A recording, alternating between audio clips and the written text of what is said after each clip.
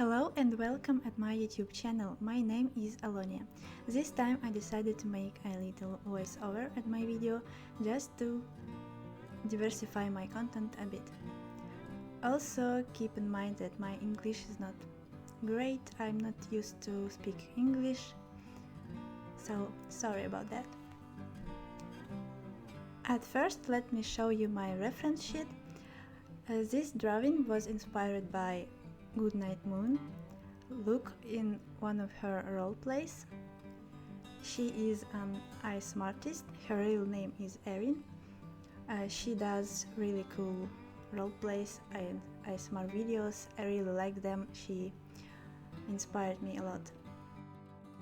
Recently I started using a program called PureRef. It's very comfortable program. You can place all the reference you want in one place and keep it nice and comfortable to use.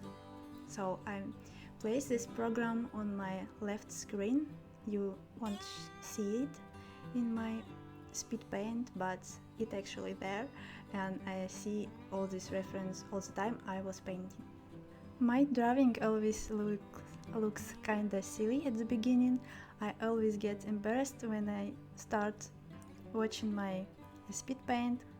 At first I did a rough sketch and then I start to polish it.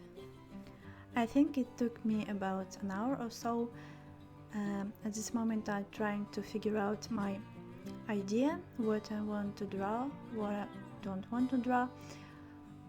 I decided to not copy the image you see before.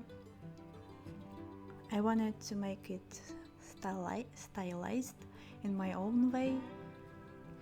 I'm using my references to draw leaves and flowers.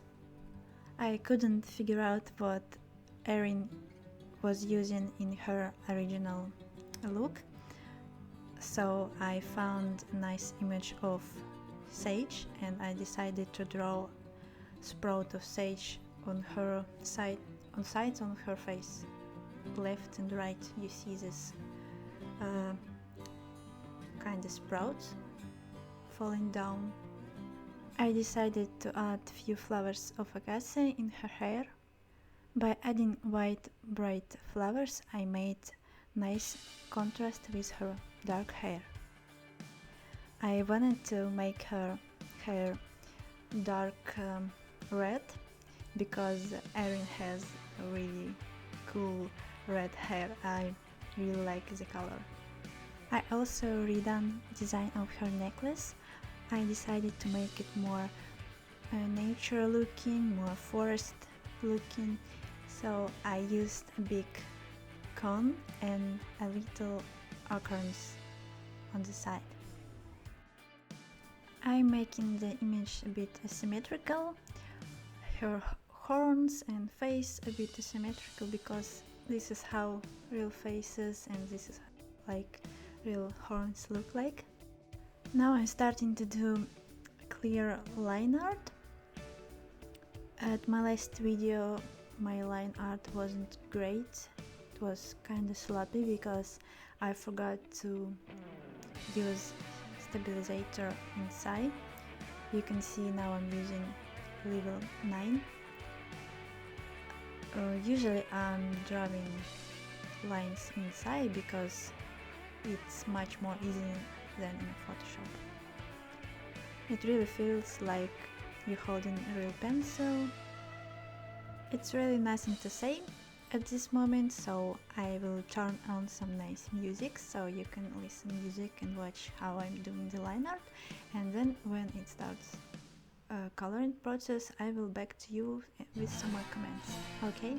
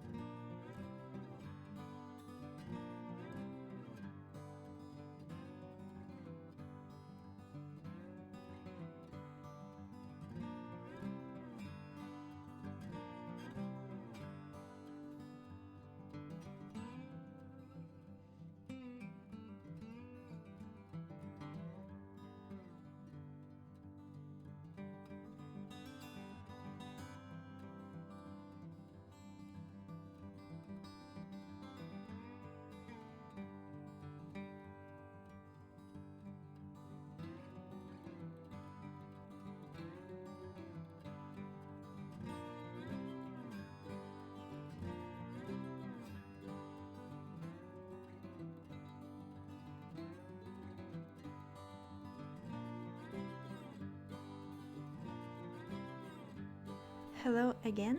As you notice, I add some dark shadows to my line art.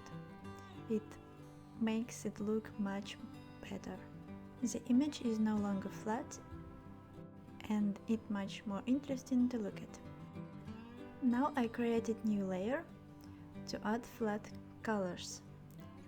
I didn't make vector lines, so I can't really select anything. I can just hand draw. Maybe it took a little more time effort, but it makes you draw like you're drawing on a paper. Like if you do traditional art and you drawing line art with a pen and you start coloring with watercolor, for example, you will do it in your own hand. You have to be very careful to not ruin the whole work, not go over lines and not mess it up everything. When I choosing colors, I add a little dot on the side of a canvas so I can pick it up color every time I want. It will be very helpful at the last steps of working, because when you already added some shadows, highlight, gradients, you can't really pick the basic color, so it really helps holding the basic color on the side of your canvas. This time I wanted to color my work with very soft gradients. The line art really helps hold the whole image together, so I don't have to go whole realistic. I can make it a bit stylized, more simple, more clear. By doing her makeup, I keep in mind that her face should remind of deer. I made white strokes in the inside corner of the eyes. I made her eyeballs a bit larger than a normal human. When I'm satisfied with my colors, I started to add soft light. Speaking of sky, it's very comfortable. You can select all the layers you want and then change their hue, brightness, everything. You can even select them and transform without merging them. I didn't want to add too many flares. I believe it's how you call it.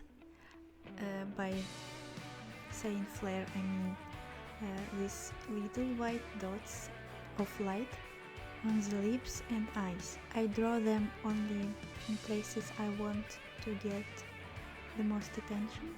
I like how it looks because it makes the image looks much more calm, quiet, tranquil.